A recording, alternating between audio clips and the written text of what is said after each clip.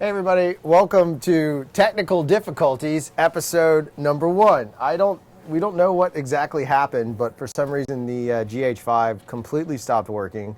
It was not outputting any video.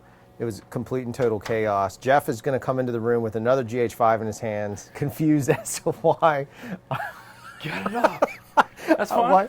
I went ahead and went live. So yeah, we apologize for the absolute insanity. We did have a client call right at 150 that kind of threw us into a tizzy. Could you grab me a not beer? Thanks, buddy. So anyway, welcome to the show where we fail on a regular basis. And if you're not familiar with failure, then you're probably not trying enough. That's what we're going to say to that. So today on the show, what's up? You want me to put the LUT on there? Oh yeah, we're also in log. Watch this. You can load a LUT in here and convert it over. We're so half-arsed today. This is like absolute slack-jawed magic. Yeah, we're in log, but you should be able to turn the log LUT on. We don't know. Everything's broken on the GH5 today. Yeah, because it was on. There it goes. No, there it is. So it'll pop up. It's just slow on that side. So there you go. Now you saw the LUT kick in. So you can output your LUT over there. Over the GH5, if you're working with like a Shogun or something, you can make it work. Yeah. How's it sound today in this chaos world? Am I coming out of the correct side this time? You can see I've taken tremendous amounts of detail to make sure that the microphone is properly done. Well, I mean, I'll go off on in the break here and fix it if you need me to. No. This episode brought to you by... No. Definitely is this time. Baby Seal Troll Force, because we have failed miserably. All right, on today's show, what we're going to talk about is Red versus GH5 in an interview setting. We've done that multiple times. You're clipping. I'm clipping. We're doing a good job today. We are aces in the can today, kids. This is called caring. This is called being in the weeds, for real. Oh, yeah, somehow you got way louder. Oh. Good job. Well, that's what I do. I was talking this loud earlier, and I don't know what happened. Anyway, sorry for the technical stuff. So we're going to talk about Red versus GH5 in an interview setting. Jeff and I have a shoot. We'll let you guys figure out what's Red, what's GH5 in this shoot. We also are going to talk about an interview lighting setup that's kind of fun. It's a fun little doodad to look at some lighting. We took a quick still. It's a very simple interview setup, and it's a very simple lighting setup, but it yields what we think are pretty amazing results. We'll probably also talk about what other stupid shenanigans we come up with. Of course, today we're going to play our new favorite game on the show, Cards Against CRFTSHO, in which we will be better prepared to deal with that fiasco of focusing things. Yeah. We were going to try 2 cameras, but I am so glad we didn't. No, yeah.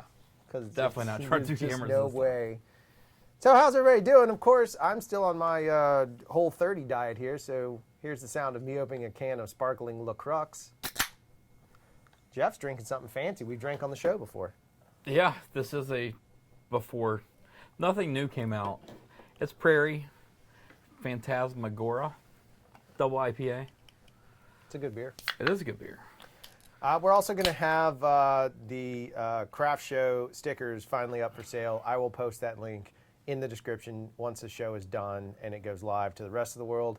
I will post it down there. If you guys buy them, it just helps fund the channel and helps us rent, buy, steal, borrow, whatever. Get our hands on some gear. Oh, the other thing we're going to talk about today is we took the Sumo out into an actual live, real test. Yeah. Not just taking it out. True. We did. We took it out and we can talk a little bit about that. I don't have the chat ski ready because of no, you don't. The That's chaos fine. that unfolded. I'm overhearing. We're Oh, hello. David Scott watches all the time but never says hello. David Scott? Yeah. So hello David. He's from Scotland. David Scott from Scotland? Yeah. I don't have anything Scottish in here. No, we have Vikings. But that's, what was that SNL skit? If it's not Scottish, it's crap? Wasn't that what it was? I think that is what it was. If it's not Scottish, it's crap.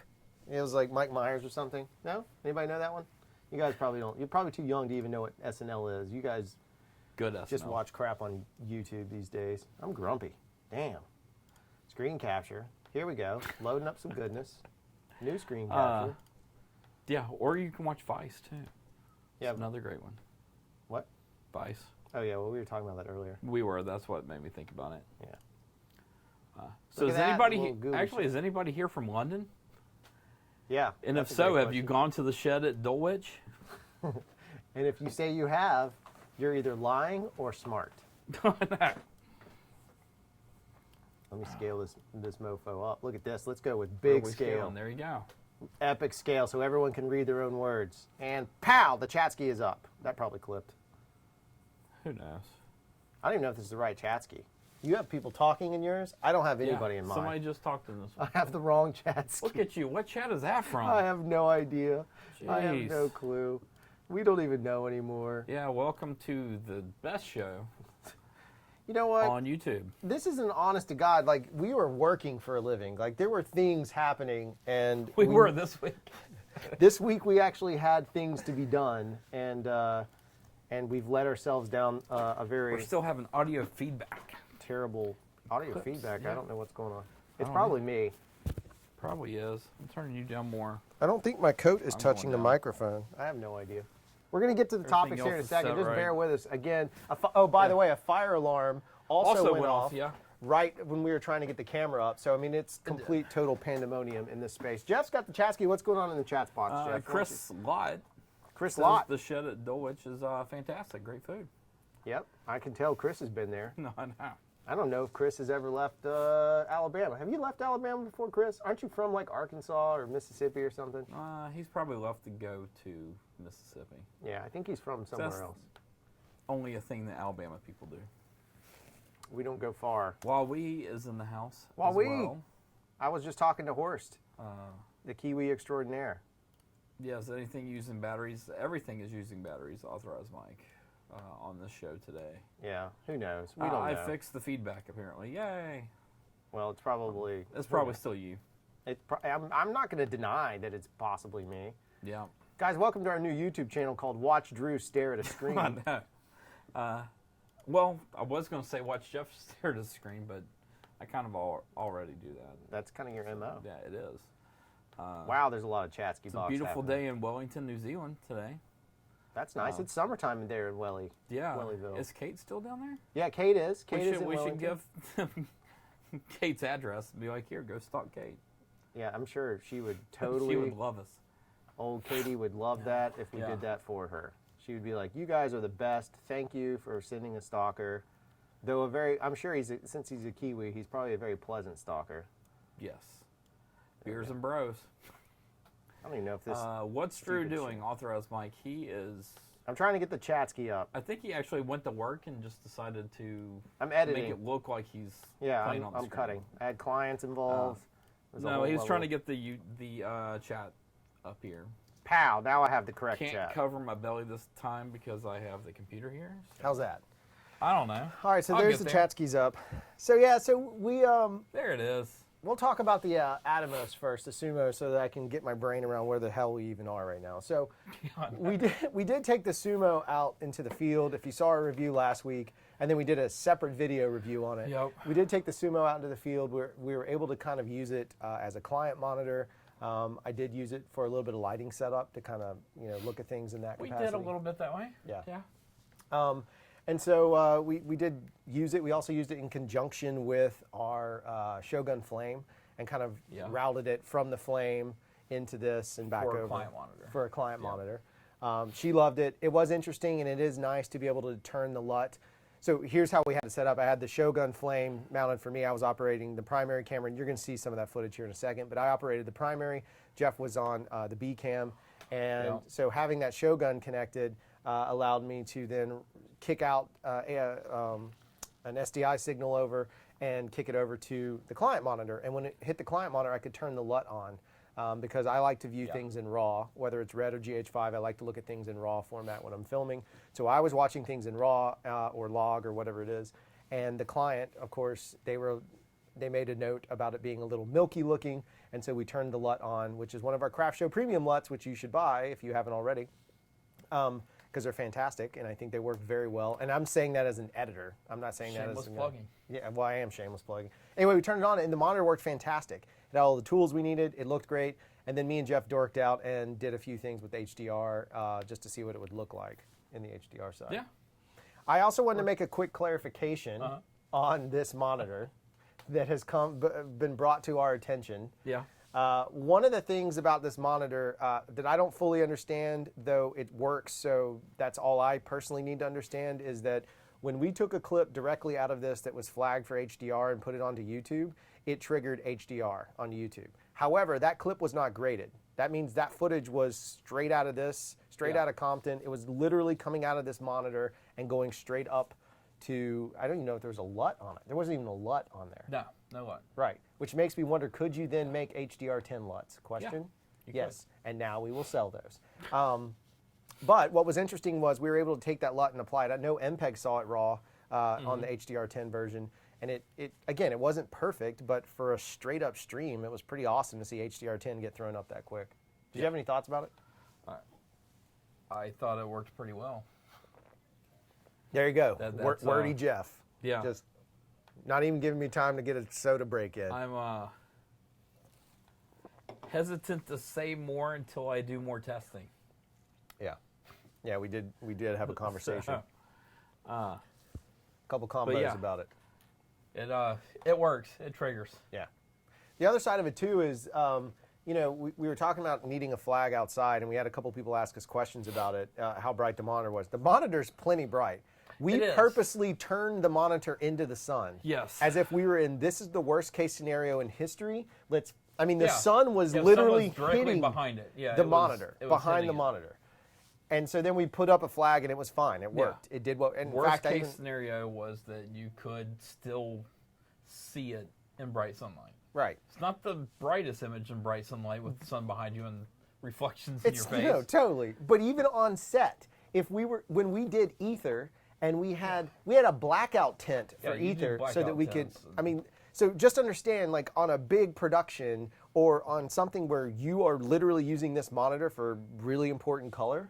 Or any monitor for color reasons, you're in a blackout tent on set. It's not just 4x floppies. We were in a true blackout tent. Like, it was hotter than Hades. Luckily for us, it was a cold day, so it was great. But that was on a summer, it's miserable. But it's a full whiteout tent with black interior. So the sun reflects off the dadgum thing, and it keeps it as negatively dark as possible so you can look at the image. That's the difference. So the fact that we were able to get this bad boy to work in daylight was fantastic. So to anybody that was asking that question, I know I didn't answer them all in the comments and some of the emails we got. I just wanted to answer it now. Like, it's a great daylight monitor. It's the same, to a degree, it's the same thing as like having a Flame or an Inferno or one of those on there. It is way better than having a Panasonic or a Sony standard 17-inch. Oh yeah, big time. Production monitor. Especially for the cost. Yeah. Like, or even at the end of the day, like I'd have less scare of shipping this than I would one of those old production monitors. Yeah. The other thing is I was watching wrestling, and you guys know we watch wrestling. We watch a lot of wrestling. It's Skittles for me and Jeff. Because if we watch a lot of TV shows, all I'm thinking about is camera angles, and I don't enjoy the show. It takes something really magical to make me enjoy it, except for wrestling, which I can enjoy for nothing. They've changed their monitors. They're no longer using the old tube monitors. You notice the desk now, it's all digital monitors that they just sling off and then smash someone through a table. When it used to be the wrestler would have to walk over and pull up those Sonys. Sometimes have to unplug it. Unplug the BNC and sometimes those Sonys, and now they've gone to digital monitors. So, I think the digital monitoring concept is there, and I think enough back end with, like when you take it to post, you know what it is on set, but you need to take it to post and know you're going to finish it. Again, if you have a monitor that can do both, which is why we were so excited about something like the Sumo, it's great. But I will tell you, Jeff was grading HDR off of the little bitty Inferno and was using that to help him in that process. So this is much better. Would you say it's way better to see a big screen, and you can certainly see color disbursement better. But if you're in a pinch, it shows actual 2020 also. It does show actual 2020. Because we were on the Flame without True. It was their faux 2020. Yeah. Weird transform that they had. Yeah. So, it's pre the update, which they still, there it is. Fire alarm again. I don't know if you guys can hear it. Probably could. Yeah, it's just beeping like crazy. Hey, that's the world we live in now, inside of our movie theater / office building. Any questions in the chat, skis? Yes, one is, what is the link for the LUT? What is the link for the LUT? Jeff will post it. I don't know what the link for the LUT is. Actually, if you just do, I'll post it. Yeah. Yeah. Because it's F29 something. No, I got it. It's easier than that. Ichi's here. Ichi. MPEG, it does not have the full 2020 coverage range. You are absolutely correct on that. But it's way, way closer, and for the price, it is definitely worth it compared to the 10,000 plus. Drew, oh, there it is. Look at that. Yep. So if you ever need to go to the LUTS, by the way, one of them's free. So if you guys haven't gotten it, you can get the free LUT. All you got to do is send us the email.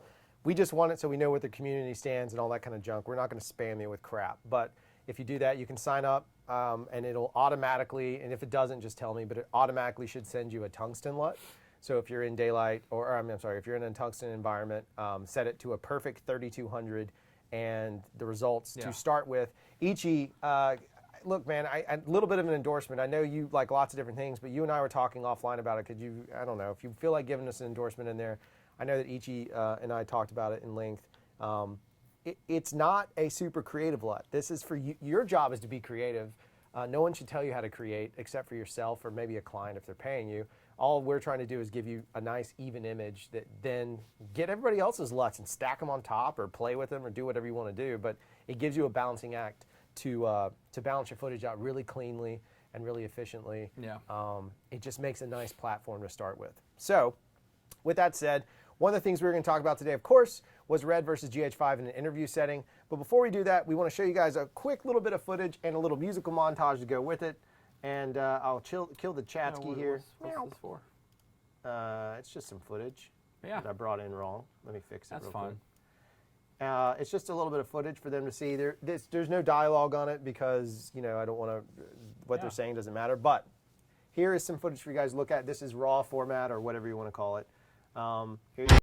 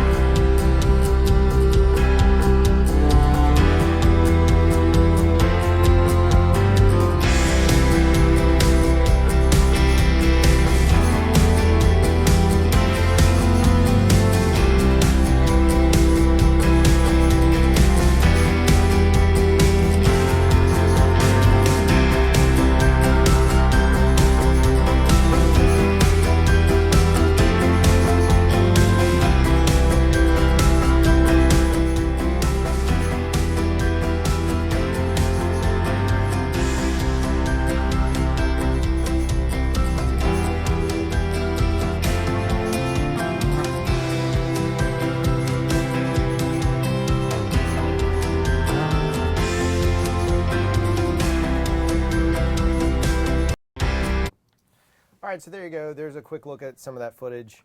And you know, we apologize for the sound. yeah, I lowered it before I output the video, but Yeah. it's weirdly difficult. Wirecast is not really a pro, to me, it's not like a super pro level. I don't think I think it's more of a business class, large, the way we used it originally. Yeah, it's like for a large marketing company. yeah. And, I mean, a large business that has a marketing department in Yeah, it. that is This is the doing pay just for a live- Wirecast. And it's just, I don't know. I mean, like right now I'm showing it like my normal volume levels is -12. Yeah. And even if I bump it up, it's hard to get everything to regulate out per channel. And again, we built this in a hurry because of how chaotic things were. So. And was talking to Drew earlier about possibly doing some type of weird switch. Yeah. Uh, Looking at something right else. before all this stuff happened. Yep. So, yeah.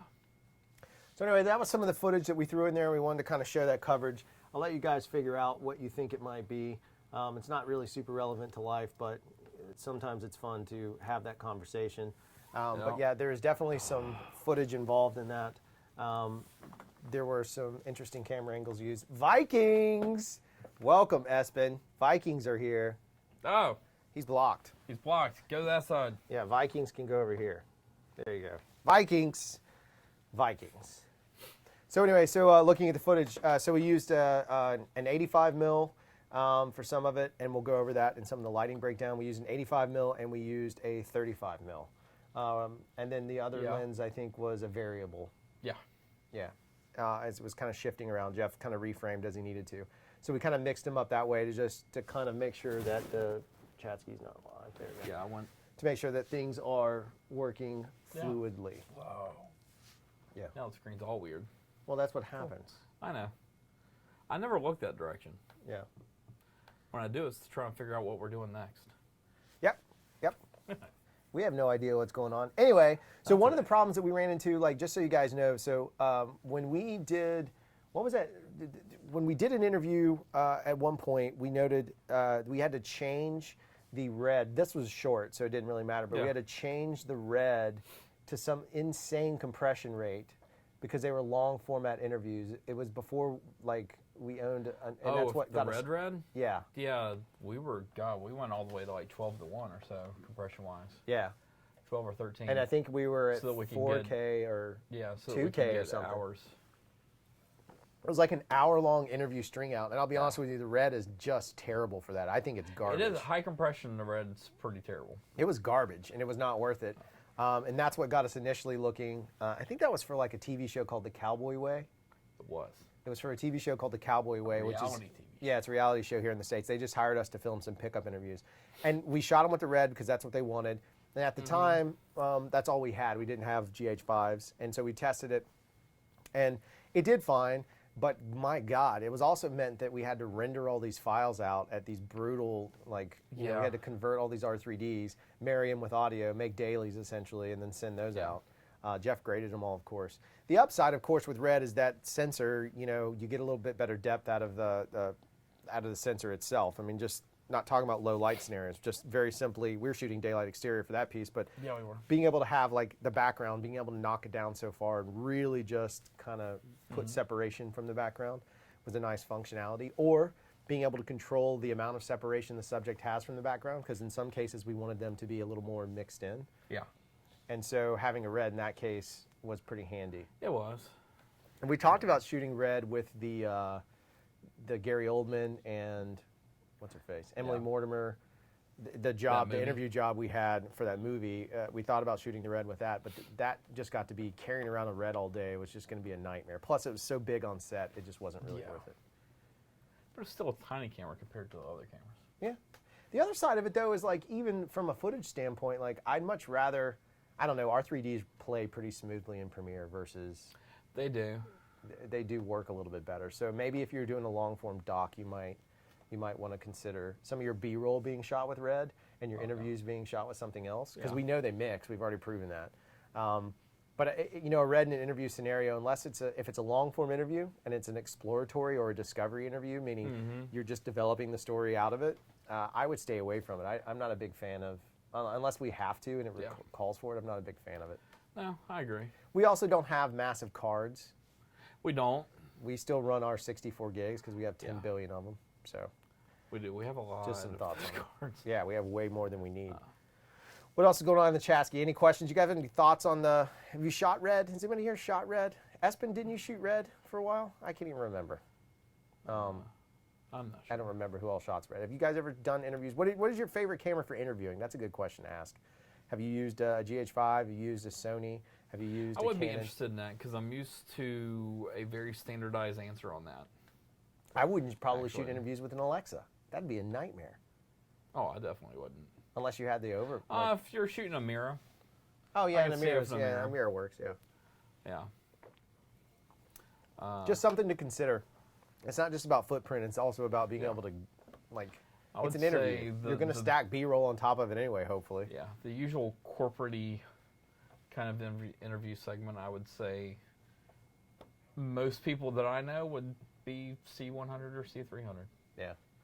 Back in the Seems to be day, the standard. I shot a ton. We were one of the first people to get the EX3s, and I worked at a corporate job, and we had Sony EX3s, and my God, man, they were great cameras, but good grief, like you had to pull that stupid stick of bubble gum out of Yeah. there, and then transcode all this stuff, and from MXF, it was a nightmare, and that's back in Final Cut 7 days. That's pre-FCPX, and Premiere no one even cared about Premiere back then. And Avid was way too much of a hassle to deal with for MXF stuff. Yeah, back then it was Final Cut or Avid. Yeah, it was back in pretty that much window. it. So Yeah. we shot on those. I kind of miss having a fixed zoom sometimes, like E and G style. There's certainly a time and a place for that. But then you're just doing all makes this. good ones. I know, but then you get into that whole game of like those You do. zoom tricks, you know, where Yeah. it's just like stand 85 yards away, zoom all the way in, and then poof, you get a soft background. But if the subject moves an inch, you just suddenly lose all depth, Yeah. or you lose focus. Or you can go real expensive and go micro force and then use ingenue lenses and stuff. Sure.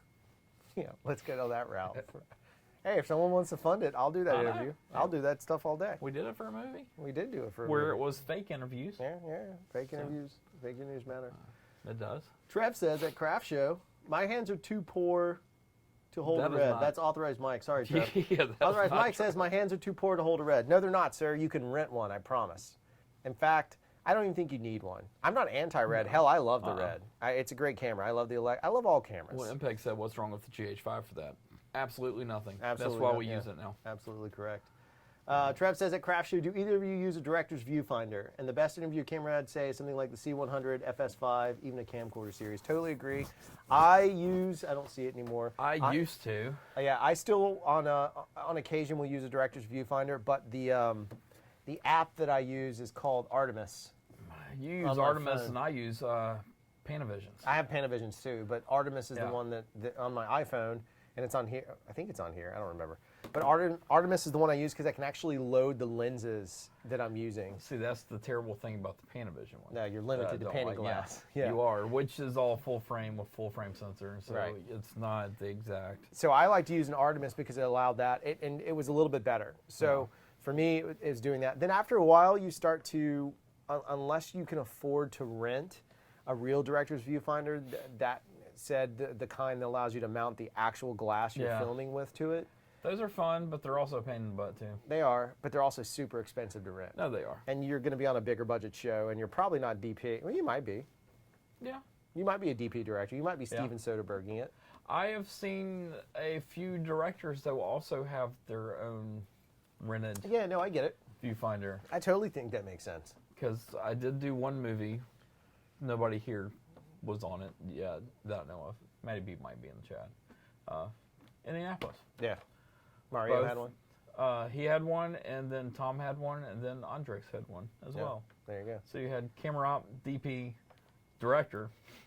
All three. Yeah. And I get it. I just don't know. I was haven't paying. used one. Unless you can afford a Also. real one, the little bitty ones aren't worth the money, in my opinion. You're better off. I mean, unless you like the fact that you have something hanging around your neck, you're better off using your cell phone. In all honesty, Yeah. the Artemis app to me is phenomenal. You can literally plug in the glass you're using, or even spec out glass you might want to use. It's not perfect. You're not getting the optical effect, but you are getting how it might read onto the sensor. To answer your question, Yeah. would Craft Show be open to critiquing rough cuts of shorts? Oh, I wasn't supposed to read that out loud. Sorry. No. Yes. Yes, while we love yeah. anything. Send it. Drew at craftshow.com, Jeff at craftshow.com. We will watch it and give you notes. Yeah, it's... Just put a time code stamp on there, please, because Yes. I will not watch it without a time code stamp. It's too much of a pain. Or use Frame.io, which is phenomenal, by the way. Yeah. Shameless plug. We don't get anything from it, though. No, exactly. They don't have an affiliate program. No, I know. I wish they did. You guys aren't using- I shamelessly plug them all the time. If you're not using Frame.io, you're missing out. They might be the best one, I think. It's for one of the best client tools we've reviews. come across. Yeah, you post up your video, the client, your creative director, whoever wants to touch it can touch it. They can write on it. And The it downside integrates is right into Premiere it does work in Premiere and After and Effects. Final Cut now, I think. I think Final Cut as well. Yeah, it's just a great tool. It's a it fantastic. is. It's tool. a great tool. Yeah. Yeah. The only thing I would say Buy the app, is, Trev. Trust me. Just get the app. You're gonna appreciate the app way more than a little viewfinder. I promise. The I've gone through 10. the critiquing rough cuts will also, the quickness of the reply will depend on how busy we are. Yeah, that's true. Usually we both watch stuff pretty quickly though. Yep. Okay. What do you guys do microphone wise for interviews? We do lavs and boom mics. Yep. And single channel both, so the lav goes into Yeah. a single. Now, I will say, Usually into a Zoom. on this project, the one that we did, this job, we went into a Zoom, yeah, on that particular Yeah. instance. And a lot of times we do that just because we can put like a ref mic on the GH5 or the Red and just use that Yeah. ref mic to help sync everything up. You have to have a ref mic on a Red because it doesn't have like even Yeah, a it crap doesn't have. microphone. Yeah. But I found that the Zoom is a little bit cleaner especially if you have multiple talking persons, because then you're 3 channels at that point, at least. If there's 2 people talking, it's at least 3 channels, boom, and then 2 lavs.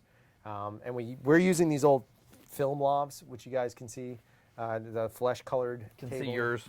Yeah, yours is Mine is under a beard. We use those because that's what Jared gave us to use, who was on the show. There was old kit, and he threw them our way, and they've done very well for that. Yeah. We need to upgrade. We We've do. already talked about it. We need to move past it. But lav and 2 booms, each lav going to a separate track, and when you bring them into Premiere, you isolate those and then re-stereo them yourself. The other thing I've started doing, and I'm going to try and get Jay, our buddy who's an engineer, to walk me through it, but he came in and did some audio tweaking using a parametric equalizer and completely beautified the tone coming out of not just these mics, but some other shotgun mics and other things. Without even listening to it. Really. Not even listening to it, like literally looking at the waveform and typing in numbers. It was insane. But I want to get him to maybe sit down so we can do a tutorial on it, because it's really easy to use. And that's saving you from sending it all the way out to Audition. Or he was doing noise reduction with frequency before, like he didn't have to really worry about using spectral or any of the other crazy noise reduction stuff. I often find that alters the voice a little bit more than I'm willing to do, unless I have to. So if that answers an audio question. Yep. Clark is here. Yep, Hello, Clark. is here. Good to see you, buddy. Ichi says, do you think the line in is a great feature on the GH5S as opposed to the mic in option on the GH5? Oh, yeah, the line in for time code? Is that what you mean, Ichi? I'm not totally sure. If it's a line for time code, yes, because then, you know, I think one of the new Zoom recorders has TC. So the new Zoom recorder has time code, which means you can have ref audio, you can pluralize it, which is a waste of time. You can synchronize it automatically inside of Premiere, but being able to have that time code and have that audio sync, that's crazy. About audio. Yeah, that's crazy awesome. He's I love that. audio though, not time code. There's a line-in audio on the camera. Did I miss that? I don't know what that. You mean on the an 1/8 inch? Is it just a little 1/8 inch? Oh, well, I don't know. That doesn't usually 1/8 inch doesn't normally sound as good to me. So I don't know. I don't. We also still have not got our hands on GH5S yet. Yeah, we're waiting on one. We're hoping Sean maybe Sean, please. will send us one. Yeah. We ask weekly. We do. We ask quite a bit. In fact, I was just on the phone with a guy that is shooting a film and wants to shoot it. He shot his first film on a Red for like 15 or 16 grand. He shot a second feature for $5,000, and it's been a more successful film. He shot that on Canon T3Is, believe that. And then he's doing his next film, and I met him at a film festival, and we just got to be pals. But Andrew was asking about his next film, and I mentioned to him the GH5s. He wanted to pay me to come out and help him with it. And if we do that, then we're going to shoot a feature on the GH5. Some of it has like some pretty severe, he writes these really gritty movies, has some really severe nighttime stuff in El Paso, where apparently he says there's not a lot of streetlights. So using that dual ISO could be super freaking helpful. So I'm trying to see if we can get one of those, because that would be pretty awesome. And he does it. Check this out, $5 grand. I think this film might be $8 grand. So I think this film's $8 grand. He shoots the movie for $8 grand. He shoots it in 12 days or less. Are they perfect? No, but Can be. But he is cranking out a feature in 12 days. Yeah. That is usually a dramatic sort of. It's almost like a doc inspired piece. Like, it's usually really gritty and real. The dude cranks them out in 12 days, shoots 7 pages a day, which is not that bad. That's if you really think about not. it. It's 1 6-day week. Really, it's 2 6-day weeks, but you don't. The next day you're off. Yeah. So, and he's done, and he just plans everything and does it. So I'm saying that and telling that story to say, good or bad, who cares? The guy's cranking out features. And now with like Amazon's open portal and YouTube allowing it, Vimeo allows it, there's no excuse. If you can come up with a story that's 84 minutes long or 84 pages, then technically you have a feature. And if you can figure out how to shoot that feature in 12 days like he's doing and do it for next to nothing, you're doing something pretty amazing. I mean, he saves up his vacation and does that stuff. So he's a news photog in his regular life. Point being, you can do it. Yeah. And he's about to do that. He wants to shoot on GH5. So we're about to potentially do a feature in March on the GH5. If we do that job and everything lines up, obviously I'll shoot a bunch of B-roll behind the scenes stuff so you guys can kind of see. It's small crew, 4 people. He has really good sound. He operates and directs. He wants me to come in and just basically be his, because I've directed, he wants me to just be a producer essentially, and assist him. Which is fine. I don't really care. I don't want to step on his toes. And then help him with shooting and whatever else. But like, just be there to help him. And then, let's see, that's 4, yeah. So 4 people. That's it. And then the rest of it is crew, or is cast. And he just keeps it simple, stupid. I don't know. I mean, I've seen his stuff. I've helped him with stuff. He's a very smart guy. All right, so speaking of easy peasy, let's look at this lighting setup. I'm going to talk through it best I can. As we go through, Jeff's here. I'll try and pause it. It's probably going to be a little bit of a catastrophe because I banged it out this morning in between renders of other client needs. We have like 3 super deadline projects happening at the same time. But let's take a look-see at this. The guy I'm talking about, his name is Andrew Jara. He has a film called, oh man, The Last. I remember watching Not that. The Last Fair, the last. No, that's somebody something. else we know. Yeah.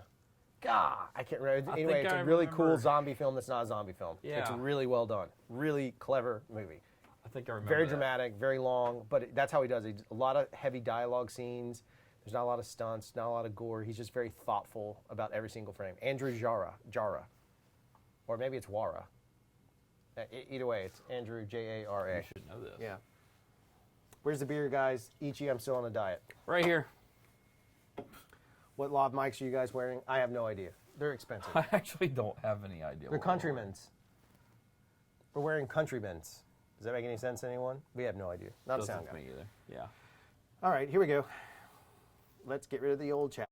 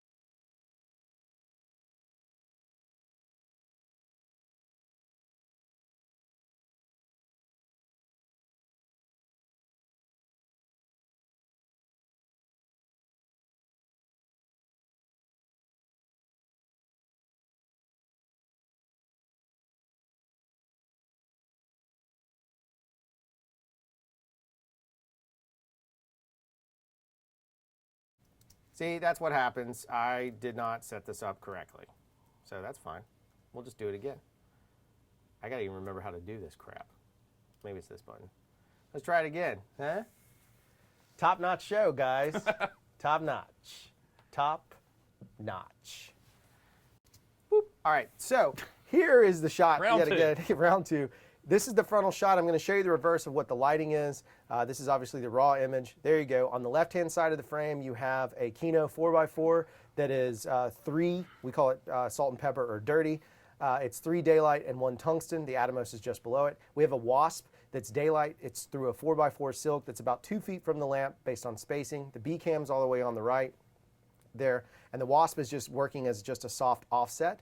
And the background we're using is the natural light coming through the windows. So the f-stop we got for that frontal shot was a 2/8/4 split. It was technically an f3.2, but it's a 2/8/4 split. as we're doing it. And there you can kind of see how the image plays out. There's a nice, pretty sort of glow to it. That's a 35 mil is what we're using in these close-ups. And then the red is the Kino flying through, and then the blue lines of the Wasp just kind of streaking a little bit of light across them just to glow them up a bit. The Kino's providing the primary heat there. And if you look in the background, we let those blow out because it's adding a little bit of a Fresnel effect to the tables. You can kind of see how they're glowing up. All the lighting is working to reinforce so that when we go in closer, which we'll do here in a second, when we go in closer here, you can see he separates from the background, but the light still kind of wraps around him. As you can see there, it's just wrapping around the side of his face. You can see that all the lighting elements are reinforcing him so that he is about a quarter stop over based on where he is. He's not a quarter stop over in terms of light meter, it's a quarter stop over in terms of reflectivity. So he's bouncing up and he looks separated from the background. And it's the same thing with her. So we have that background pop happening there, which is working as an interesting hair light. If you look at the edges there, you can see there's a little bit of a hair light. And then you can also see she's got Spider-Man eyes, and we put a little eye light there, which is the Wasp, kicking in these beautiful eye light bits. And then the daylight is pouring in from the side, again, giving her more separation, using her hair as a hair light, essentially, without having to do the lighting. And she's on that exact same 85 millimeter.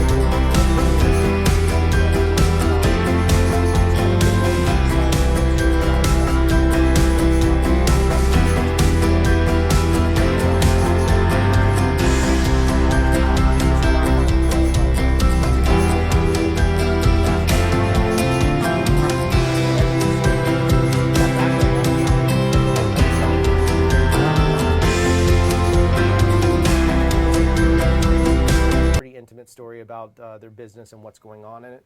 So there you go, quick and easy, very effective lighting setup that can be done like super smash fast. I mean, that can be done super quick. I think me and Jeff's setup time, sorry, just gonna get the chat ski up for you guys. Yeah. Whoops, I hit the wrong button. Google speed test, Blackmagic speed test. The setup time for that entire piece, including miking them and doing that, was about 25 minutes.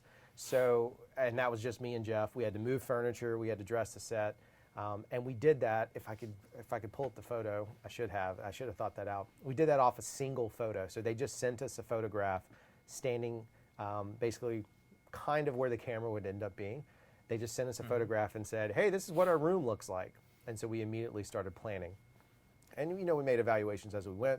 But just having that very simple lighting idea, like knowing that the sun is a better backlight, it's going to create that daylight vibe.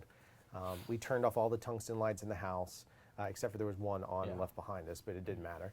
We turned off all the tungsten lights, except for there's two little lamps in the far right-hand corner of the frame from camera side that are two like little decorative sconces. That's the word. Matt Sconce. I just thought about that. I never realized his last name was Sconce. Yeah. His last name means that he's mounted to a wall. Yep. And provides light. Yep. That sounds like a fake name. I'm going to call him out on it. Matt Sconce, is that a fake name? It's a fake name. Anyway, you can see that those two little sconces are doing a little bit of tungsten, but they're not really affecting the frame. So when we calibrated for white balance, we did not white balance for the mid margin, which would have been like 38 or something crazy. We decided to go ahead and, which would have been like 48 or something crazy. We decided to land at 55, I think is where we were. 55 or 56, either perfect. It was either perfect or one tick under, but basically we landed in that space, set up the dolly and cut it. And the trick to doing all that stuff that came out was that there weren't multiple cameras stacked on top of each other. We had to use multiple takes to make this work. We got lucky. There was no prompter. In fact, it was kind of funny. He was using his kid's little white, like a kid's dry erase board was just under the lens, and that was his note board.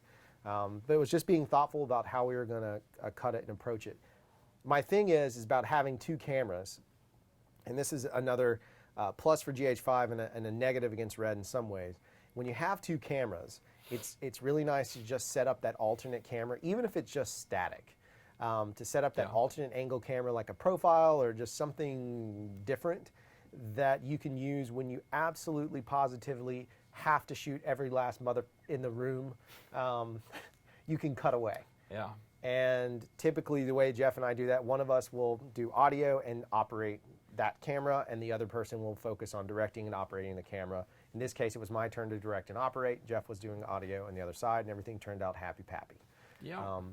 you guys have any questions about the lighting thing? It's Normal pretty way. simple way. It's not I mean, it is technically 3-point, but it's not that whole 3-point lighting Yeah. scenario. It's just Basically, being we used clever. the sun as the third point. Yeah, as a backlight, for Yeah, sure. and a different. It came in almost too far straight back if you're doing technical 3-point lighting. Yeah. But yeah. But I like the separation it was giving us as opposed to Yeah, I trying to did too. control it, especially with a small crew. It was 2 of us, Yeah. right? So 2 of us of a very limited amount of time. the only downside of that kind of shooting is that there was cars parked on the outside. You couldn't see them, obviously, but Yeah. the sun started setting, and it started causing lens flares. It did. That were gorgeous for lifestyle shooting. They were Yeah. or weddings, absolutely interview piece? amazing, great. But for an interview, as the dolly moved past it would Yeah. flicker, and it was like the classic why you don't want a lens flare in the frame, and it just didn't work out so well. So there you go. That's that. That's a quick, easy lighting setup that you can do. We're being lit right now by. Oh, I will say this: we did do one other thing. What are we doing different? No, we did have this. I don't know where it went. It might be still. Oh, it's in here. What is it? This. I don't know what it is. The other thing that the other thing that we've done is I've started carrying stuff in my kit. So our new camera case is this Pelican because of the hard shell and the wooden camera sticker. Shameless plug. From the hard shell here, we can carry a lot of gear. By the way, we had, I don't know, probably 80 pounds of stingers and B and C attached to it. It was great. So what I've started doing is just carrying these very small LED bulbs with me on interview shoots because you don't know if you're, like certainly if you're in a home, they're probably going to have practicals. But being able to carry a couple of these with me and sub even the practical lamps. So in that shot that's sitting beside him, there's a practical lamp. I pulled his bulb, replaced it with one of ours because I know what the temperature is out of these. I replaced it with one of ours. And then all of a sudden, I always have the ability to sub at least 1 or 2 bulbs out and kind of make sure. I like to shoot daylight. That's something me and Jeff like to shoot. We shoot a lot. Used to shoot a lot of 48, but we've kind of gone back to doing things more like the 50 to 56 range. So carrying one of those light bulbs, major, simple, easy, effective way to use a lamp into your favor. And that's what we're lit with now. I mean, aside from the Hive light, which is just off camera. Yeah. So it's camera left for you guys. So But it's it's just off still camera. it's daylight balanced. It's daylight balanced. And so subbing those around just makes a huge difference in that Yeah. space. Is there any questions? I thought I saw a Yeah, question. there's questions. Oh boy, here we go. No, it's not. How do we pick our white balance? That's from Ishii and Muex Tech. Typically we choose our white balance. I will use a setting if I have to, but normally we go into it making a choice ahead of time that we're going to shoot as the DP, right? And Jeff and I code DP stuff. We go into it and we have a conversation like, hey, I think I'm going to do mostly daylight. And he'll say, cool. Yeah. And then he and I know how to. both think about it from the post. That's the difference, is we think about post as well, from the color side and all that stuff. It's not just like, I think I'm going to do it yeah. this and then not marry it. I marry the idea that I'm going to shoot Yeah. daylight. We think it out pretty hard that way, but don't really take a ton of time doing it. No. Depends on location. You know, because we have a shoot coming up in 2 days that's going to be an interesting indoor shoot with no windows whatsoever. Yep. And it's know. hideous lighting. Yeah, with a hideous background, really, in a way. But, you know, it's a good location for what we're doing. Yeah. And so that one of them will be daylight. The other one's probably going to be a weird hybridized Yeah, we'll tungsten. probably like a 38, 39. Yeah. I'll probably bring some kind of splasher in there or something, just to like some kind of light to just put a little faux daylight in. And that but is it's going to us, be mostly warm. without even really talking about it, because that's the same idea I had. Yeah. So that's We've how been we around pick each it. other too long. That's how I approach it. If I'm outside, Yeah. obviously I'm 56. I don't try and white balance anything crazy. I keep it simple. Because see, to me, I have the ability of Jeff, and some of you guys are way better colorists than I am. So I have Jeff, and you have your own skills. So shooting it in the proper ratio, I like to keep it simple, stupid, right? And then knowing I can make those adjustments in post if I need to. Remember that video I was talking about on the phone today? Yeah. That video where that poor guy, something went wrong, something happened where he Did it sent us the that wrong way. orange Yeah. Oompa Loompa style footage, and Jeff was able to bring it back. I don't want to ever go through that nightmare. No. That's not a nightmare I agree. want to go through. The nightmares that me and Jeff apparently go through are bad audio. That's true. It's a long story. 2 camera guys that never care about audio. It's a long story. We always had somebody else Not do anymore. Now we're all about some audio. it. Yeah. But yeah. All right, so if that helps, Ichi, it's all about surveying the location.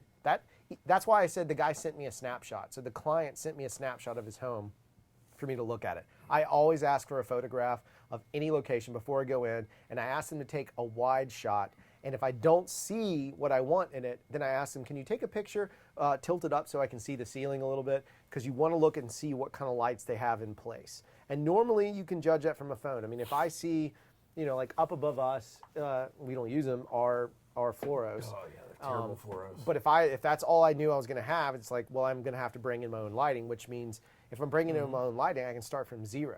If I have to use these fluoros, I'm at least in the 42 to 47 range, and I'm going to have to figure out how to adjust that lighting accordingly. Something like the Hive is cool because I can tweak the light to match that color palette if I needed to. But you're really starting to monkey with skin tones when you do all that stuff. There you go. Yeah. What else? All right, so we're pretty far behind. I'm sorry, guys. It's you. Have we ever used ND filter when there's massive window light? On to the window? Yes. Yes, that's what I was going to say. Not so much on the actual cameras. No. Would use ND gel and gel the windows themselves to bring them down. That's it. Or a net. Or bring a ton of light inside, too, is another way. We've done it. We've flown a Yeah, we've 1.2 done both inside. ways. But, I mean, Yeah. when you start getting into that space to try and expose, I mean, if you're trying to expose for daylight, seriously, you're bringing in so much heat to do it correctly so that it's balanced that it's not worth the effort. You're better off spending the time grip rigging and going outside and carrying a roll of ND and NDing the windows. Like you can get a 2, I think, and just ND the windows with a 2, and it'll knock down enough for you. Or you get a net or silk, preferably a net if you want to see out, and you get a net and you just place a net out there. Better, yeah. You can also use, you know what the cheap one is, you can use like bug screen net. You can. It's not perfect, but if it's you not. double it, you can use if it on you Windows. double it It's down a and cheaper then solution than You make an sure actual that it's Matthews completely net. boked out on the backside, and it's fine. It knocks it down half does. stop. I mean, I've seen it done. it works, and that's a cheap way of doing it. You just get bug screen Yeah. like you use on screen doors and stuff. Get a roll of that stuff. It's cheap. Reuse it. Yep. It's actually probably stronger than actual net material. Yep. Chris Lott asked if it's mandatory to have a Kino as the main light. No. That honestly Just a soft source. That's all it really needs to be. Yeah, for me, You notice that it was actually 2 started soft sources. I started using Kinos when I started working with you, more than anything else. Right. Well, that's when they were just Yeah. kind of coming out. Now you can use an LED panel. I mean, You could. It's just we own those Kinos Yeah. and we own bulbs for those Kinos. You Why go wouldn't we use hardcore those? softbox with a You can Fresnel totally if you do wanted it, to. yeah. Open face. It takes a lot of Slap a lot of Shamir on it. space though. Yeah, that's the thing. The Kinos Yeah. are just easy. Yeah. Just 2 soft sources, one that is outputting double that of the other. Yeah. That's what you want to come down to. Okay, so Trev was asking, is that our Kino? Yeah. And why didn't we bust out the cat lights? But seriously, could you pull this off of cat lights? Yes. You could. I can do it. It'd be a little bit more strategic in placement of the lights. Oh yeah, no, Because they don't throw quite as far. they lose. width-wise. That's yeah, it. Depth. They fall apart really Yeah. quick. Their lumen drop or the lux value just falls apart after it's really like 5 feet. It just falls Yeah. apart. And so, But it's 'cause possible. you could do it. You Yeah. could totally do it. It would have been walking them in very Yeah. weirdly. Yeah. What would you do if it was a cloudy day, the window light wouldn't work? No, it still would work. Yeah, it would, but if it was like I'd open totally over, yeah, you could either open up or you could honestly do a true 3-point Yeah. and then bring in like a 300 or something. Just The problem to is do a you would lose small that kick. depth. You would. You would lose the depth. I mean, that's just part of it. And it wasn't Or- super sunny outside that day. Or you could go complicated with it though. Never mind. Yeah. I was going to say then you could spot a couple spots in the background to make depth, but Yeah. that would take a lot more time. It's going to take a ton more. Yeah. Worst case, I probably could have shot, if we had to do that, I would have changed locations. If our primary focus is going to be the windows and we get there and it's a Yeah. rainy day, you don't want a rainy background. So then I would have readdressed it and figured out how to do it. So if you look in the background of that shot, let's see if I can pull it up. Let's just see. Like, let's talk about it. Maybe I can even pause it. Let me see what I can do here. That's a great question, actually. Yeah. Let's see if I can pause somehow. I don't know how to pause it. It doesn't let me. But Did if you not look, pause. if you look in the, Now we're it all won't over even the let me place. do it. It's like stupid. That's why I hate this program sometimes. This is how we really think about all this stuff. There.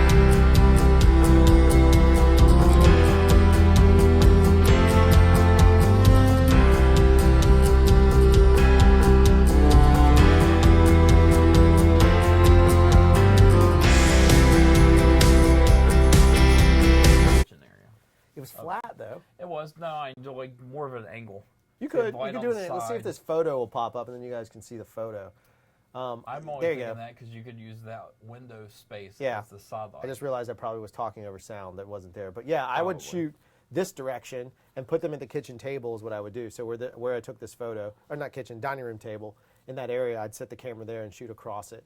I'd shoot back this way. Even though there's a window in the background, you could draw that out and just brighten up the room. Maybe even throw a fire in the fireplace and make it look all cozy and romantic. I don't know, just thoughts.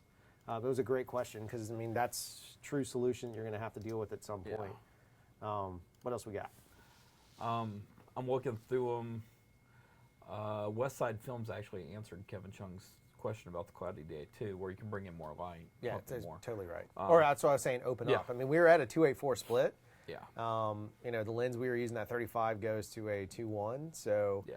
could have cranked it. Mark Turner was asking how expensive is the lighting setup that we were using. The Wasp is Trev was $1,500. Pretty close to it, yeah, because a Kino's going to set you back 3 or 4.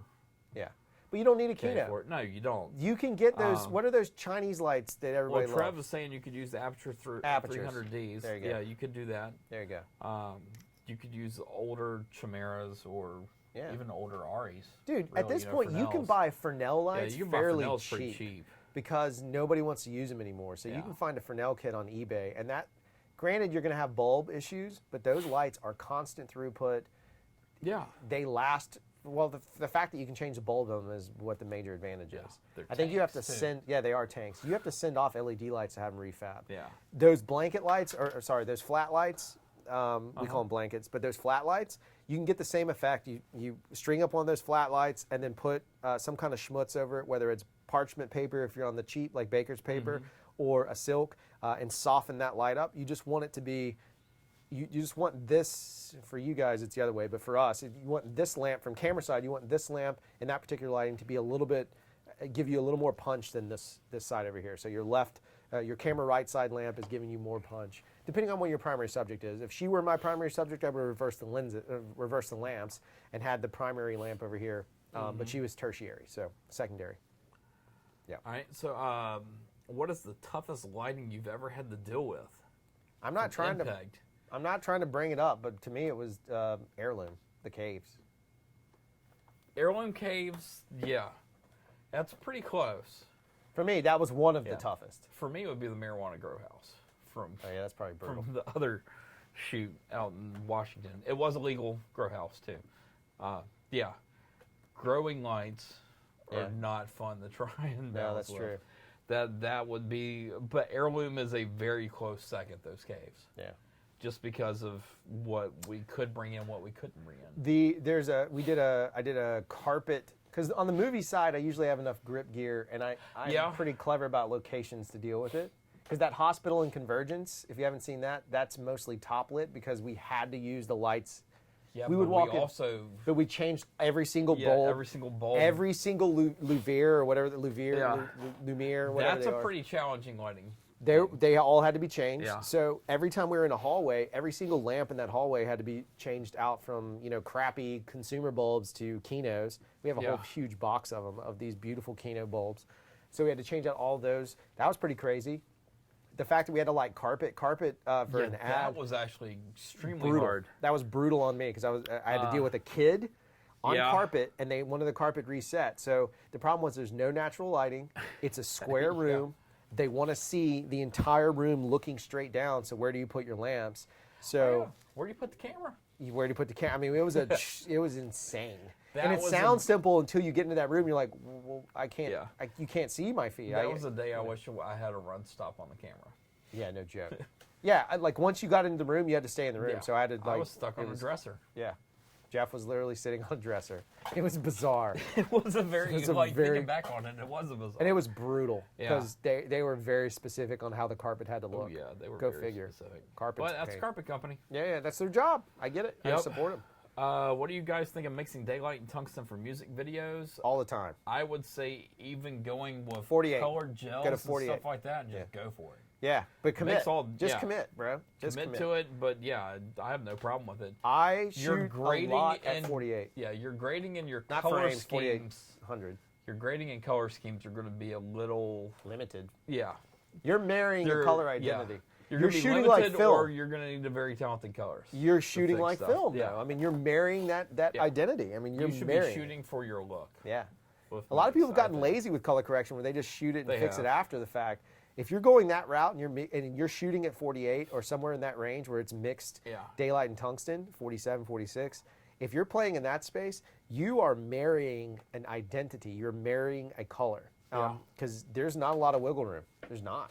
I will say with an old movie of ours, because I was just playing a footage today. Sons. Yeah.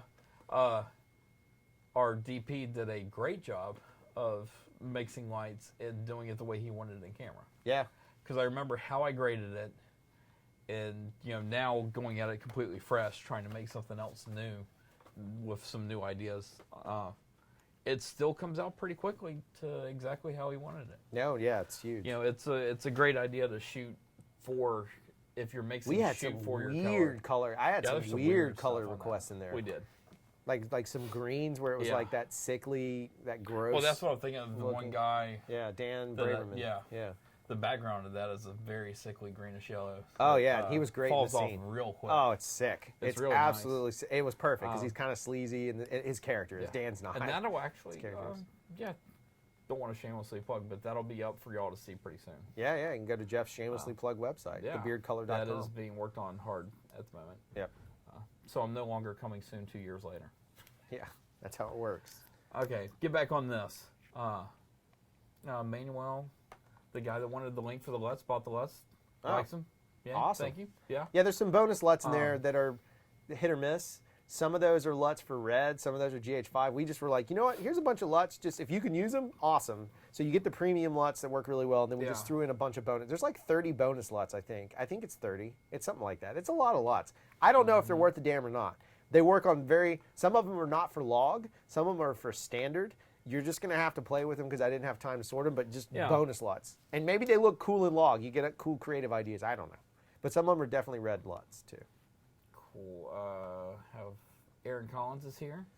Hello, Aaron. yeah. The real Aaron Collins. I'm sending out your Yep. prize pack, buddy. Yeah, he's asking what the topic is on. This is a little. We're still behind on the chat here. Oh, sorry, guys. We're sorry yeah, we're behind. We're getting there. Peter Blakely wanted to someday hear my suggestions on make the switch the stills to film. That will have to be a timely conversation that is not right here. That'll be on the Jeff show. Yeah, it might have to be a Jeff show. Yeah. That actually is one show that would be worth, I think, me doing because that was one of the hardest changes that I've ever heard. One of the hardest switches I ever had to deal with. See, still have some hearing in my left ear. No, that's Trev making an audio joke about us. Everybody's saying they can't hear anymore because we're so loud. What? Oh, Our sorry. volume was loud. DSLR shooter is Video here. shooter, yeah. Just Thanks wanted to for say- the heads up, or thanks Yeah. for the love, bro. I Yeah. appreciate it. Thank Shoot me in it. You know what? You might be the guy for the day. While we're doing that, let's Yeah. prep for this little. Who wants to play a little bit of Cards Against Craft Show? I do. Do you guys want to play a little Cards Against Craft Show? Of course Do you want to do that, or you want to take two more questions? 'Cause Two more we're questions. Almost to the end. All right, we're almost to the end. Two more MPEG questions. wanted to know, how do we power the lights in the cave? They were all battery powered. They were were all cat and lights. It's not in here, but we have a little Black & Decker portable power source. Yeah, we've talked about it before. Like Yeah. one of our first videos, we I mentioned it. know. And it came with us, but we did not have to use it. No, we didn't did have wanna- to use it. Did We we? were running the big lamp from Oh, that. yeah, we did have to use We yeah, ran the that bigger big one lamp does off need of that. power. Yeah. Um, But they're all battery essentially. Yes. There's no plug in the middle of the Yeah. So that's 3 lamps, and then there's little. I don't see mine. There's little stick lights. I had a couple of those. I was just throwing around as accent light. The reason it was hard is because we had to carry everything in, and we yeah, just that's couldn't. actually what made it the hardest. It wasn't a thing Yeah. where we could bring a bunch of grip gag. I think we had a silk and had a flag. I didn't have any stands. I don't think we brought any. Maybe we had stands. We brought the one stand for little, that lamp over yep, there, for yeah. that lamp. That's Yeah. it. That was So the only thing that's we why it brought, was hard and a because we were tripod. very limited on purpose, just Yeah. for stuff. Well, we could only bring in what we could carry. Yeah, absolutely. Yeah, so yeah, MPEG uses those for his astrophotography stuff, There we which go. is awesome, by the way. Yeah, dude, you're slaying it. I actually would love to talk to you sometime, MPEG, about that. But I'll do that when I come to North Carolina and visit you. Cool. Was that the last question? That was the last question because Trev made a thing about a few spirits floating around. Because Chris said that wasn't that place haunted. What place? I think the caves. The caves aren't haunted. I don't. Well, who knows? Actually, they might be because There's is a lot of dead former. people there. It's an old Cherokee Yeah, that's area, true. so it Yes. could honestly be. But Do you want to get the focus ready for Cards Against Craft yes, Show? let's do the cards now. Cards Against Craft Show. Here we go, folks. I can see the first card, so we'll focus on the first card. All right, here's our Zooming focus in. point. Yep. Hold on, I gotta. Oh, you're way down there. Let me re-angle. All right, that's as far in as this camera can zoom this time. Hopefully, you'll be able to probably read it. hide the chat ski. Let's see that it's in Oh the yeah, way. you might have to hide the chat ski. Hang on. Definitely. Kablamski. Nope. There. All right. So, here we I go. should be able. What's the latest bullshittle that's troubling Craft Show? What's the latest bullshittle I know the that's correct troubling answer for Craft this. Show? Answer number one. Don't look. I'm not.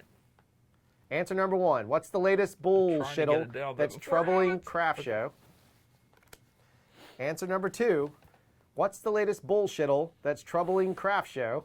Oh God, this could I get know bad. I'm scared of this one. Number three. What's the latest bullshittle that's troubling Craft Show? You gonna go fix the lamp? What's wrong with the lamp? Oh, no, I mean to fix the lens Yeah, back. we can go back to the lens. All right, so you guys have those. All right, let me go in one more time real quick. All right. So number three. What's the? Did you see it? No, I didn't see any. What's the latest bullshittle that's troubling Craft Show? This is number three. Number three. Number three. Number two. What's the latest bullshittle that's troubling Craft Show? Number two. Number two. Number two. Don't put the answer. Just put the number. Number one. What's the latest bullshittle that's troubling Craft Show? There you go. All right. So we'll zoom back out. Let you guys make the votes in the box. Readjust. And make that call. Jeff will make the readjustment. Chatsky pops back up. There we go. And All right. skablammo. We're back. So if you guys don't know how to play, we showed you the cards. You pick 1, 2, or 3. So far, Whatever you we've got think's a funnier or better. Or more. Somebody the other day picked a great one. It was, I don't remember what it was, but they ended up saying log was one of them. Yeah. And it was like, what's bothering Craft Show? And it was like log or some kind Last of time though, we had a three-way tie for a long time. Yeah, we did. This looks pretty Until- blatant. Yeah, Mr. Producer is not here today. Yeah, he's working. I talked to him. Okay. Yeah. Look at that. Has a real job now. Yeah, that's what happens when you get big boy pants. So we'll look at it. We're going to look at those numbers and see what do you guys think about, in terms of, what are you laughing at? Just how overwhelming the vote is on this one. Is it 2? Yeah, it's Okay. definitely two. All right, so we'll just go ahead and read it. We'll just go ahead and jump right in. You guys can see Yeah, the I same don't thing. even think there's a need to Apparently, wait. all right. Two is what it is. Everybody so has 2 two. wins. Everyone that picked 2, you win. 2 is pretty easy. There's the cards there. So here's 2. All right. You ready for this? Yeah. What's the latest bullshittle that's troubling Craft Show? A fully dressed female video game character. All right. I mean, maybe they were Yeah. desperate. Number 3. What's the latest bullshittle that's troubling Craft Show? This is actually more relevant than people know. Pizza in the morning, pizza in the evening, That's pizza true. at supper time. Yeah. You can't tell these are 90s based. What's the latest bullshittle that's troubling Craft Show? Achieving 500 actions per minute. That's actually probably slightly relevant for today's It insanity. is for the episode not coming up on time. Yeah, absolute chaos. Yeah. There we go. Cards Against Craft Show. Yep. Round 2. Another good one. I did feel a little offensive last week. I had some fairly offensive words come out of my mouth There it goes. in honor of Craft Show. Yeah, Yeah, you did. that's just the way it works. All I had to do was laugh. Yeah, that's true. That's all you had to do. Yeah. If you guys have any questions or whatever, like I said, I'm going to throw the link up. The stickers are going to be for sale. Consider it like, instead of Patreon, we're just going to take it and dump the money right back into the show anyway. So the stickers will be for sale. If you have a chance, there's a couple of products. It sounds like such a tool. Yeah. There's a couple of movies out there if you guys want to check out. We'd love it if you would take the time to watch Sasquatch if you have a chance. It's funny, it's cute, it works. Convergence is out on Netflix, but there's a documentary that's not superly perfectly shot, by any means, but it's a fascinating story. It's on Amazon no, Prime. yeah. It's called Who Are You It's, People? It's the story of Close Encounters of the Third Kind, told by extras. It's pretty fascinating. It's something that we were pretty happy that's up on Amazon Prime. Yes. It's 720p. They had to get scaled up to 1080. Yeah. And some of it's 480. Some of it's 480. Yeah. Yeah. So not us, but that's how No, it came but to I us. will say I judge stuff when it comes across my desk by how it looks first. Yeah. And don't want to out our good buddy. A couple of buddies on that show. Yeah. Yeah. I was a little intrigued, and it was a fun way of figuring out how to fix problems. Yeah, that's it. But listening to it, I will say that it was highly intriguing to me. Yeah, it's an interesting. If you like film history, it's an interesting. Yeah, if you like film history, if you like Close Encounters of the Third Kind. Yeah, absolutely right. It definitely gives an interesting perspective into it. Yeah. And how it helped a community. Really. Yeah. And kind of built the film community here in a way. It started the film community here pretty well. Yeah. A long time ago. Yeah. I mean, it's film history if you're interested in that stuff. It's pretty fascinating. And they smuggled out a bunch of pictures. So if you've ever seen Close Encounters, they literally, people were not supposed to take pictures, and they did. And they smuggled them out. So thankfully they did. Yeah. Because then it added some interesting B-roll to the movie. Absolutely. Otherwise, it's a bunch of talking heads. Yep. Chris was asking about will Nigel and Oscar be on Netflix? I have no idea. I don't. That is so far out of my hands at this point. They have turned it into that little game there. Pinner's here for... Hello, Sean. Yeah. I was just about to finish the show, buddy. Exactly. And now we can't finish the show because... We have to catch up. I haven't talked to you in a while, Sean. I haven't talked to Sean in a while either. I've got to talk to him about some baseline stuff still. Yeah. I was going to also... I've talked about these before, like a long time ago. I don't know if you guys can see these sleds. They used to be made by Seagate. And you could get these little Seagate drives, and they connect. And it's awesome because it's Thunderbolt. So if you're a Mac user, it's super awesome, SOS 3000. These sleds aren't made anymore. So if you find them... Please send them to us. Yeah, we'll take them off your hands. And the reason why they're so awesome is this is a Shogun caddy, right? Or a sumo caddy. See, now nobody's going to send them to us. I know. But this is why it's so great. So this very same thing that's now a Thunderbolt drive, Thunderbolt drive, also works with your sumo gimmick. So now you can pull your sumo Shogun footage super fast with Thunderbolt. It's Thunderbolt 2, but still, it's fast. It is. So now you can get your footage off of that as opposed to using USB or USB 3, which USB 3 is not that slow, but they're pretty robust. Still we have slower. a couple of them in our kit from movies. Yep. And, so we, at this point, we have a stack of these various we have drives plenty of them. that we're able to sub in and sub out. So super awesome device if you ever come across them. They were made by Seagate. They don't make them anymore because they probably figured out that people could buy one of these and they didn't need to do a lot of other stuff. But they are super handy in terms of throwing them in your kit. They're pretty small, so you could have a built drive, throw it into your camera backpack or whatever it might be. And even if you need to rip your Shogun or Sumo footage, it works really, really, really fast off the Thunderbolt side of it. You can work off of them too. I mean, we've done it. I mean, these drives are 52 RPMs, so you probably want a 72, but if you had to, you could work off of some of these or, get a solid state drive fairly quick. You could edit off one of those and kind of go that route. So I just want to share those with you guys because I thought they were pretty darn awesome sauce. Yep. That's about it. Is there any other questions? No, Sean's just saying, do hit me back. I don't know if he's talking to both of us or one of us, or we'll both just send him back. He has an HDR demo this Thursday. Ooh. Yeah. Yeah. Sean works for a fancy studio. Yep. That'd be awesome. I know I always ask this, but I must know, what are the stats on the GH5S? Yeah, Can you guys answer all the stats? Because I don't even know them all. And someone who Ichi was talking about that's got a line and audio gimmick or whatever. Can you guys answer the real Aaron Collins? Anybody mind? VFX Todd, how are you, sir? Recommend a bag, carry odds and ends. For filmmaking? Yeah, basically an AKS. There's two. So if you want a backpack style, this has no room for your laptop. It is only for carrying gear. So it limits me to being just focused on my gear. It's got the little drawer on the inside. It's got pouches right here that we label and keep the exact same things in. Yeah.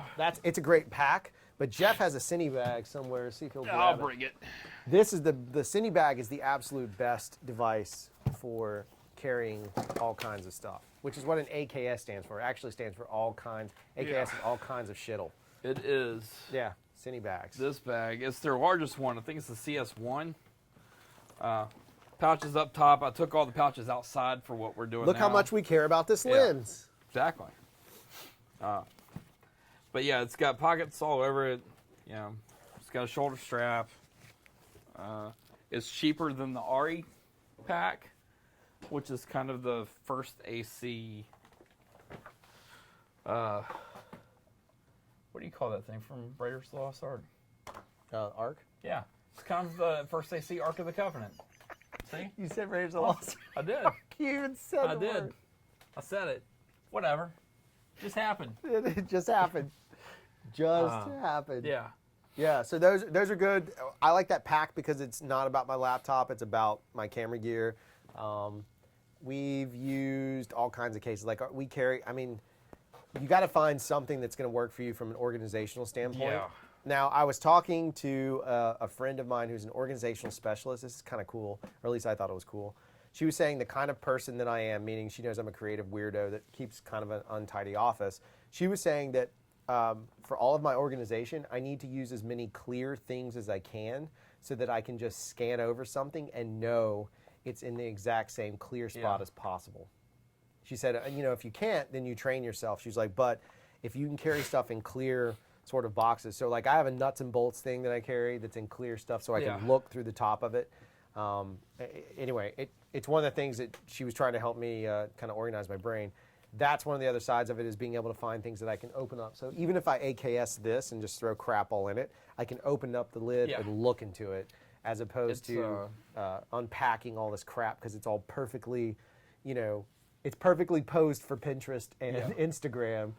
I don't, you know, that doesn't work for me. Yeah, I know. It'll start that way, but it'll never end that way. Other thing is for features, usually you will go through and label every case on top for where each slot is inside of the case. So you don't even have to look inside the case. Exactly. And then you just pop it open, grab it, and go. Yep. And grip trucks do the same thing usually where they'll label stuff. I've seen a lot that don't, but they'll sit there and memorize where every single piece is. But yeah, from camera side and stuff like that, it's good to just organize and then label. Kevin Chung, we are using the audio preamp now from the GH5. We're using the little hot shoe gimmick. the hot shoe gimmick. Yeah. We've used it a lot. I've recorded interviews. I've recorded Gary Oldman with it. It sounded fantastic. Yeah. They were happy. I've recorded, and I'm only saying that to say like that was a crucial interview. I've done a lot of stuff with it. It's good. I've used it as an onboard just to be able to have my microphone on the top. That's not one of those Rhodes. I have a nicer mic that I can fly on the top. I can run lavs into it. I can do a lot with it. The GH5 audio gimmick, I like it. It's easier to me than carrying the H6N or one of those Zoom doodads or having a recordist if the budget doesn't call for it or I can't have one. Yep. They're pretty fantastic. Yeah. What drones do we use? We have a Phantom 4 Pro is the drone that we have right now. Yep, we have a Phantom 4 Pro. That's the only drone. That is I don't have a pilot's license, nor does Jeff yet. Yep. So yeah, we don't yet. Our buddy Jared Budlong is our pilot, and we'll fly multiple drones at the same time. But and he usually flies a Phantom 4 Pro also. Yep. But they do have the other new one that I don't remember. Yeah, they have a newer one. Yeah. I got the Phantom 4 Pro when it was brand new because I wanted 48 frames per second. Yep. 4K 48, true DCI 4K 48. Just the kind of way I like to look at. Mulex Tech, I got my label maker and it makes things. Yes. It is I would say that is a go-to piece of gear for anybody to have in this industry. Yep. A good label maker. Yep. VFX Todd, best monitor for viewing while working in Resolve. Best and cheapest, I would say, is Flanders, which aren't terribly cheap. What about that? Last week you said you would take that. I would. If I had to, push come to shove, I'd use Sumo. Yeah. I'm talking 709p3, like a regular. Like a I'd pro, still go a that super way. pro level? Yeah. I'd say Flanders is your cheap option. Still $8,000. No, it is. You can get some now for about $3,000. Oh, that's not bad. Yeah, That's they're not bad. smaller, but they're 17, 18. That's not bad. Honestly, want to go real big without shamelessly plugging because I never really cared for them. But Panasonic LCDs, old school Panasonic LCD. I want a reference monitor. Panasonic plasma, son. Yeah. I still have my Panny plasma. It still retains The perfect hard part blacks. is, yeah, It's if ridiculous. you use it like we use monitors, then the blacks probably go away. Yeah. I watch a lot of kids shows. Yeah, you do. There's no blacks. New in there. DJI Air for easy travel. I saw that. I haven't looked at it yet. Yeah, I have not either. I saw MyStat put out a video today about it. DJI Aspires Micro Four Thirds. That's pretty cool. Westside Films are currently using the A7S II. Should I get a GH5? Wait for the A7S III. GH5S is a no-go. Oh, you want the? You know what? I would wait till NAB unless you're really desperate. I would wait for I'd NAB. wait for NAB. I mean, I like the GH5. I think it's great. But if you already have an A7S and you have lenses and kit and stuff that supports that, then unless they do something really funky with the 3, you're going to end up buying more kit all over again. Not to take away anything from Panasonic. I think this camera's great, unless you're desperate for an upgrade. Otherwise, I would wait for NAB and just see what comes out. Because like even the red helium phone or whatever that stupid gimmick is coming out. Best monitor resolve. Same question. Yeah, gotcha. Did we not answer it? We answered it live, but I'm answering it. Oh, okay, got it. Oh, okay, got it. All right, well, we're going to keep the chat ski open. That's going to do it because I have like 400 emails flying in. Yeah, you do. It is out of control. I can see them the over whole entire time. Yeah, The Jeff, show's been Jeff going. is sitting there clicking my emails. It's either closed. Dropbox or emails. It's a lot of things happening at once. Thanks, guys, for tuning in. We truly appreciate it. If you have a chance, zip over, check out those LUTs. It's craftshow.com/gh5-LUTs. Check those out. I think that's it. Yeah. I'm pretty sure. Tristan John just asked, I can do this before we go off the air. Yeah. He just was able to catch Sons of Liberty the other day. How long of a production was that? That was about a 25-day shoot, wasn't That's it? a long story. Yeah. It was a 25-day shoot, but shoot days, yeah, I know we it was had longer. we had a catastrophe Yeah. in the middle of it in It which was a little longer. our principal, Yeah. one of our actors, was put into the hospital, not from a stunt or anything dangerous we Yeah. did on set. It was a very safe set, but got put in the hospital, which meant we had to rewrite the entire script. I don't know if you picked up on, like, the story just seems to change. I had to literally rewrite the entire script after we had filmed the ending of the movie. Yeah. We had shot the ending and some middle parts, but then had to figure out how to recut it and retell the story from the beginning down. That was a rough show. That was hard. That was a very hard movie. Pretty, some cool stuff in it, but that was a hard movie. Yeah. Yeah, a little indie. Yep. Yeah, John. See, you probably understand now. If you've seen the movie, you start to get it. Like, it starts going in one direction, and then did it feel like it kind of took a turn on you a little bit? It's not a perfect movie. I've never said that, Yeah. but I do like the way the movie looks. I think some of the action scenes are pretty I do solid too. for the budget and the amount of like time, energy, and money we had. The production designer quit also the same day that this catastrophe happened. So Yeah. I lost the production And designer. wasn't that the day we shot a Child's Morgue, which was even weirder? And we shot in a children's morgue. Yeah, it Yeah. was not a great. No, that because was a rough. that was one of the creepiest experiences. Yeah, I've and ever that had. footage is not even in the movie. No, you're right. I had it's to not. cut it because the It's, whole story changed, Yeah. and I had to cut it out. It was The only just place brutal. that ever got shown was in my reel from that year. Yeah. Yeah. Because I put, what's his name in there? Yeah. Marcus Brown. Marcus Brown, he's the jams. All right, Yeah. well, thank you guys. We'll keep the chat ski open. If you have any other questions, hit them up. Like I was saying earlier, check out the LUTs if you have a chance. Check out some of the movies if you have a chance. Check out some of the other shows if you have a chance. And if you're a member Check of out this other community, viewers on our there's chat. so many great people in this chat room to EC share things. Digital SLR. Yeah, there's just Victor Bart, who I didn't see today. yeah, Vic wasn't here. Yeah. Espen, There's anybody. so many. Yeah. There's great people in this chat that's A lot worth of like people. talking to and getting inspired by. And lastly, I'll put that link up for the stickers. I'll try and get it done tonight. It's going up. I'm done waiting for it. I'm going to add them to the queue. We'll have those stickers up. All of that stuff will go back into the channel. We'll get some other lenses. We'll do some other testing. We'll get crazy. If we get enough money, I want to do an Alexa versus Red versus GH5 test. Yeah, we should talk about that later because we might not have to do too much money for the Alexa. Oh, Sneaky Pete over here. All right, guys, Yeah. thank you so much. We'll see you next week. No video really this week because we're just so in the weeds, so this is what you get. Hugs and high fives. We love you.